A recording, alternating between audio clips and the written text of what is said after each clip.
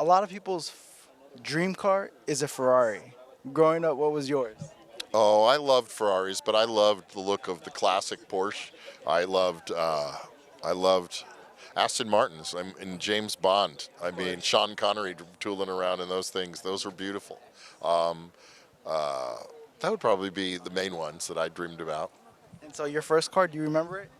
A Volkswagen Rabbit. Uh-oh.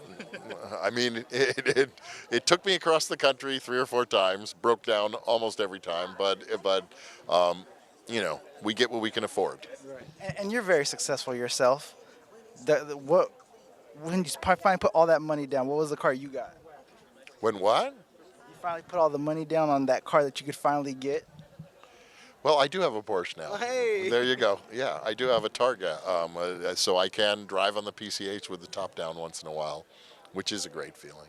But the reality is that the kind of sports cars in our film, the funny, shocking thing, since I've gotten in them, is they're not comfortable. They're not what we drive when we buy expensive sports cars. They were, prototypes, just kind of tin cans, overgrown go-karts, just a massive engine with the bare minimum of whatever they needed to put on top of the engine to drive it.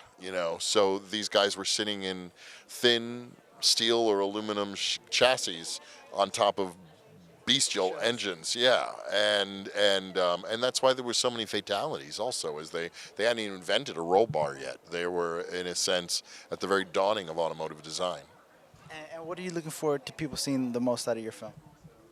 Well, I think people who come for the racing will have a great time, but I think people who are nervous because they're not into racing, if there's anything I could say, it's just that I don't like auto racing that much. I'm not that into motorsports, and I wanted to make a movie that somehow, it's just a great drama with Matt Damon and Christian Bale and a host of other great actors. Can't go wrong there. Yeah, but it also, I think I was very mindful of the fact that racing not only can turn a lot of people off, meaning that I've watched racing a lot on television, and I find it singularly uninvolving. And I think it was because, in a large way, unlike other sports, we're divorced from what's actually going on for the driver on the track. It's very hard to understand. Well, the yellow car's the lead. Now the yellow car's falling back. Now the red car's pulling in the pits. But why? I don't know. It's just what's happening.